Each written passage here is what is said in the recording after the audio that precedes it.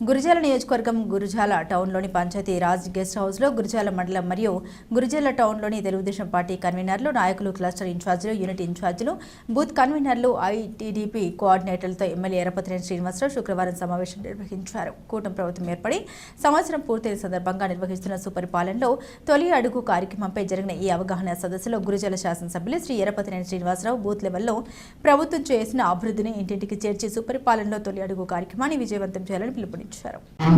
ఇప్పటి నుంచే మొదలవుతా ఉంది గురిజాల నియోజకవర్గంలో, అవన్నీ కూడా మీకు చెప్తాను.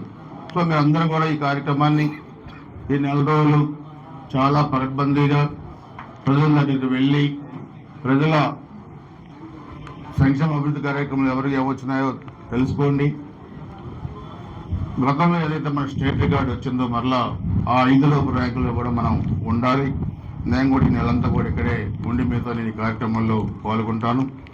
ప్రతి కార్యక్రమం మన ప్రభుత్వం ఏర్పడి సంవత్సరమైన సందర్భంగా ఎన్నికలకు ముందు మనం ఇచ్చిన హామీలు అది అమలుపరిచే దాంట్లో మనం ఏం చెప్పాం. విడిపోయిన తర్వాత 14-19లో మనం చేపట్టిన అభివృద్ధి సంక్షేమ కార్యక్రమాలు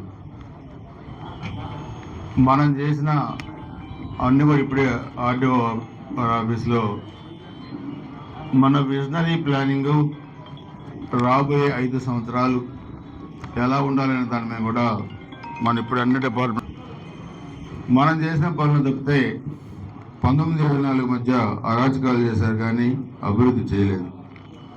ఉదాహరణకి పంచాయతీరాజ్ గెస్ట్ హౌస్, దీన్ని మనం నిధులు ఇచ్చాం. మనం అంతకుముందు ఎక్కడో ఆర్ఎన్బి గెస్ట్ హౌస్ చివరిలో ఉండేది, సరిగా లేకపోతే దీన్ని మనం కట్టాం మన ప్రభుత్వంలో. దీన్ని కనీసం పూర్తి చేయాలనే ఇంగిత జ్ఞానం కూడా వాళ్ళకి లేదు.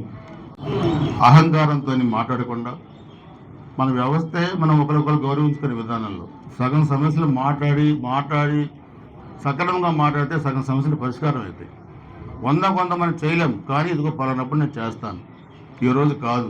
మా అబ్బాయికి జాబ్ వచ్చిందని 6 నెలల మంది తిరుగుతున్నాను, ఒకే నీకు కొంత ఇప్పించాను, ఇంకో 2-3 నెలల 4 నెలల తర్వాత ఇప్పిస్తాను, మీరు ధైర్యంగా ఉండండి. అంతే నేను పోయా, నేను ఇప్పిలేను పో అంటే కష్టపడే కార్యకర్త మనస్తాపం చెందే పరిస్థితి ఉంటుంది.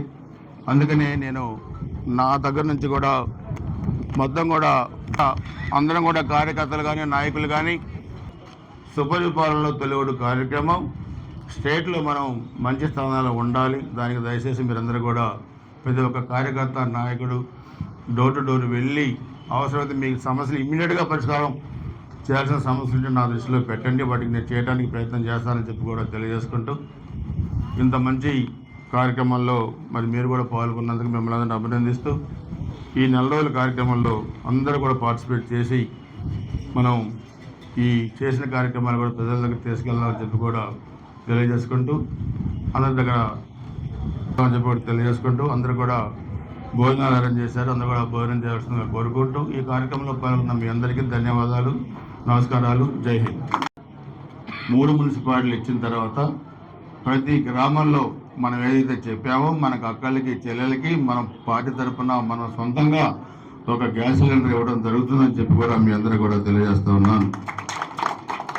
అన్న క్యాంటీన్లు తిరిగి తెరిపించాం. పేదవాడి ఆకలి తెచ్చి అన్న క్యాంటీన్లు కూడా మూసేశారు. ఎన్టీఆర్ భరోసా పెన్షన్లు మనం 2000 ఇచ్చాం. 14లో మనం అధికారం వచ్చేటప్పుడు 200 రూపాయల పెన్షన్ ఉంది, దాన్ని మనం 1000 రూపాయలు చేసాం. తర్వాత 2000 చేసాం. ఎన్నికల్లో గెలిస్తే 3000 చేస్తూ ఉన్నాం. వాళ్ళు గెలిచిన తర్వాత 3000 ఒకసారిగా చేయలేం, మనం 4000 చేసాం. 4000 కూడా మన ప్రభుత్వం జూన్లో వస్తే ఏప్రిల్ నుంచి మనం 4000 ఇచ్చాం. 4000 రూపాయల పెన్షన్, దివ్యాంగులకి 6000, అదేవిధంగా తలసేమియా బాధితులు, కిడ్నీ లివర్ ప్రాబ్లం 10,000, పూర్తి అంగవైకల్యం ఉన్న వారికి 15,000 కూడా అది కూడా మనం ఇచ్చాం. అదేవిధంగా ఆగస్టు 15 నుంచి మహిళలకు ఉచిత బస్సు ప్రయాణం, రైతు సంక్షేమం కూడా అన్నదాత సుఖీభవన్లో కూడా ఈ నెలలో అది కూడా డబ్బులు పడతా ఉన్నాయి. ఆలోచిస్తున్నాను ఎన్నికల ముందు సభ్యత్వంలో కానీ తర్వాత మన జరిగిన సభ్యత్వంలో కానీ ఇవన్నీ కూడా బూత్ కమిటీ కన్వీనర్లు ఎవరు కష్టపడ్డారు, యూనిట్ ఇన్ఛార్జెస్ ఎవరు కష్టపడ్డారు, క్లస్టర్ ఇన్ఛార్జెస్ కానీ మన నాయకులు కానీ ఇవన్నీ కూడా మనం చూస్తే ఎన్నికల ముందు సభ్యత్వంలో కుప్పం తర్వాత మనం గురజాల 2వ స్థానం వచ్చింది. మన అధికారులకు వచ్చిన తర్వాత 7వ స్థానం వచ్చింది. అంటే దీంట్లో మీరు కింద స్థాయిలో ఏ విధంగా పనిచేస్తారో పనిచేస్తేనే మనకి ఈ ర్యాంకులని రాష్ట్ర స్థాయిలో వచ్చినాయి. సో కష్టపడ్డ కార్యకర్తలతో నాయకులు కానీ గ్రామాల్లో మీరు ఎప్పుడు కూడా పట్టించుకొని పనులు చేయాలి. ఇప్పుడే నేను చెప్పాను రివ్యూలో. నెక్స్ట్ వీక్ నుంచి మండలాన్ని యూనిట్గా తీసుకొని ప్రతి గ్రామంలో ఉన్న రెవెన్యూ సమస్యలు కానీ అక్కడ వేణుగోపాల స్వామి టెంపుల్ నన్ను ఎప్పటి నుంచి అడిగారు 94 నుంచి. నా తర్వాత 2 పర్సన్స్ ఎమ్మెల్యేలుగా వచ్చినా వాళ్ళైనా చేయలేకపోయారు. మనం వచ్చిన 6 నెలల్లోనే ఆ గుడికి దాదాపు 3 కోట్ల రూపాయలు ఎండోమెంట్ నుంచి శాంక్షన్ చేయించాను. అది రాత్రి కూడా మనం ఆ మీటింగ్లో కూడా చెప్పాము. మరి అక్కడ చూస్తే 40 లక్షలు పెన్షన్లకి, అయితే అన్నదాత సుఖీబాబు 2 కోట్లు, రోడ్లకు 2 కోట్లు, ఈ టెంపుల్కి అన్ని కలిపితే ఒక గ్రామంలో ఈ 6 నెలల్లో వచ్చిన నిధులు 8 కోట్ల రూపాయలు ఒక చలుగుపాడు గ్రామానికి వచ్చినాయి. అట్లే కుడియడంగా అన్ని గ్రామాలకు కూడా మనకి నిధులు వస్తాయి. సో మేము కూడా మనుషులమే. అలా చేయాలంటే మేము మొదలు పెడితే మీరు ఎక్కడ ఎదుర్కొనే పరిస్థితి కూడా ఉండదు. అందుకని ఎక్కువ ఎవరు ఊహించుకొని ఎక్కువ మాటలు ఎవరు కూడా మాట్లాడద్దు. అందుకని మీరు మాట్లాడితే ఎవరో బెదిరిపోయే పరిస్థితి, గత అధికారులు భయపడే పరిస్థితి ఉండదు. మేము చాలా ఎన్డీఏ ప్రభుత్వం చాలా పటిష్టంగా ఉన్నాం. ఒళ్ళు బలిసిన మాటలు పెగిలిన ముళ్ళు పెరిగిన కోబట వేళతో పీకుతా జాగ్రత్త కొనాలని చెప్పి వైసీపీ నాయకులు చెప్తా ఉన్నాం. ఒళ్ళు బలిసి అడ్డగోళ్ళు మాటలు మాట్లాడితే చాలా తీవ్రమైన పరిణామాలు ఉంటాయి. అవన్నీ కూడా గుర్తుపెట్టుకోవాల్సిన అవసరం ఉంది. అన్నీ మీరే చేయాలి, మా కుటుంబాన్ని కూడా మీరే గడపాలా ఉదయం నుంచి నైట్ దాకా అంటే ఏ రాజకీయ నాయకుడు ఏ వ్యక్తి చేయలేడు. కాబట్టి మనందరం కూడా ఆలోచించుకోవాల్సిన అవసరం ఉంది. కష్టాల్లో ఉన్న కార్యకర్తలు ఎవరు, ఇబ్బందుల్లో ఉన్న కార్యకర్తలు ఎవరు, దాన్ని చేద్దాం. కానీ కొంతమంది ఆర్థికంగా బాగుండి 10 రూపాయలు వడ్డీలు ఇచ్చిన వాళ్ళు కూడా నా కాడికి వచ్చి నాకు ఏదైనా సహాయం చేయండి సార్ అంట. ఏం చేయాలో మీరు చెప్పండి. నాకు తెలియదు అనుకుంటున్నారు. ఒకప్పుడు నిజంగా నాకు తెలియదు, పట్టించుకోరు. మీరు నా దగ్గరికి వచ్చేటప్పుడే నేనంతా స్కానింగ్ చేస్తాను మీ గురించి.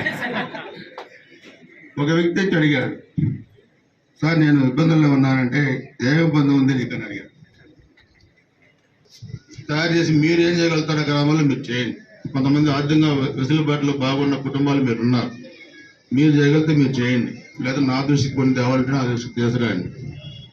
అందుకే మన ఆ పిన్నెలు వెళ్ళిన కుటుంబానికి కూడా 2-3 రోజుల్లో మరలా వెళ్ళి ఆ పొల్లయ్య అనే వ్యక్తికి ఒక 25,000 రూపాయలు నేను మళ్ళీ ఇచ్చి ఆ పార్టీ తరంగా ఇచ్చేసి వస్తా ఉన్నాం. మళ్ళీ ఇంకొక కార్యకర్త చనిపోయాడు, వాళ్ళకి కానీ అంటే మనం అందరికీ చేయలేకపోయినా పార్టీ నమ్ముకున్న కార్యకర్తలు చేసే దాంట్లో మన నియోజకవర్గం ఎప్పుడు కూడా నేను కూడా ముందుంటాను. అందుకంటే ఎక్స్పెక్టేషన్స్ ఎక్కువ పెట్టుకోవద్దు. 100 రెచ్చగొట్టి రాజకీయాలు చేయడం తప్పితే ఎప్పుడైనా జేబులు ఇవ్వటం 10 రూపాయలు తీసి వాళ్ళ కార్యకర్తలైనా ఎప్పుడైనా ఆదుకున్నాడా అని అడుగుతున్నా. అదేవిధంగా మొన్నటిదాకా ఉన్నాడు ఒక ఎమ్మెల్యే కదా, దగ్గర చాలా పెద్ద పెద్ద మాటలు మాట్లాడతారు. ఇప్పుడు ఇంతమంది ఉన్నాం మనం ఈరోజు 300 మంది పైన వచ్చాం. 300 మంది నిన్ను వదిలిపెట్టి నా గ్యారేజ్ నేను తీసుకుని రూమ్లో కూర్చొని తిన్నానా? 30 సంవత్సరాలు ఎప్పుడన్నా తిన్నానా చెప్పండి మీరు? మీతో పాటే ఇప్పుడు అందరికి భోజనాలు చేయించాం. 10,000 మంది వచ్చినా 20,000 మంది వచ్చినా భోజనాలు చేయించాం. మీరు తింటే నేను తిన్నాను, నేను తింటే మీరు తిన్నారు, లేకపోతే పస్తులు ఉన్నాం, అంతే కదా. మరి 19-24 మధ్య ఇంతమంది కార్యకర్తలు వాళ్ళ కార్యకర్తలు వస్తే వదిలిపెట్టి క్యారేజ్ చేసిపోయి రూమ్లో కూర్చున్న చిన్న ఎమ్మెల్యే కావాలా, మీతో పాటు తినే ఎమ్మెల్యే కావాలా అని మీరందరూ కూడా ఆలోచించుకోవాల్సిన అవసరం ఉంది ఇక్కడ ఈరోజు.